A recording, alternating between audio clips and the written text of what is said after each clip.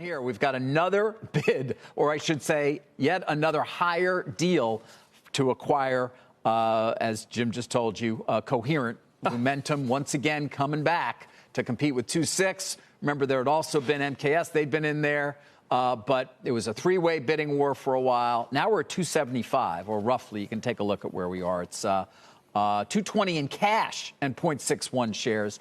I mean, this thing started out with a lot more stock than cash. It was 100, I think, in cash originally. It was worth somewhere in the low 200s, at least based on that first day where Lumentum stock price opened up. You do have to wonder sometimes what a board was thinking when there was that much more money on the table, potentially, and that many more bidders.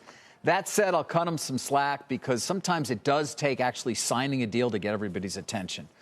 We saw it with CoreLogic, too. Right.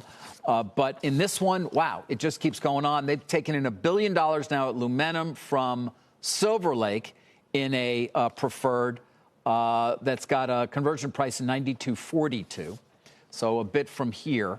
But they've taken in $1 billion.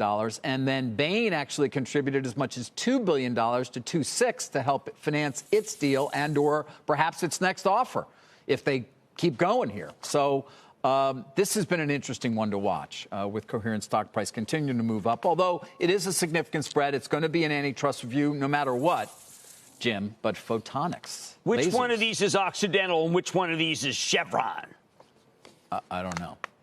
No, I mean, taking on too much debt? Yes. Too much.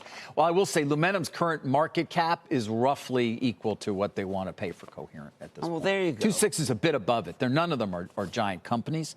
But it's reminding me a little bit. Remember 3-par? Remember those days? Remember Dell and HP going back and forth for 3-par? That was a great one.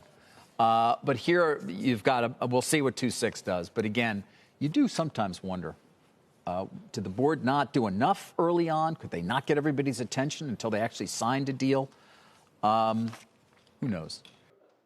Shepard Smith here. Thanks for watching CNBC on YouTube.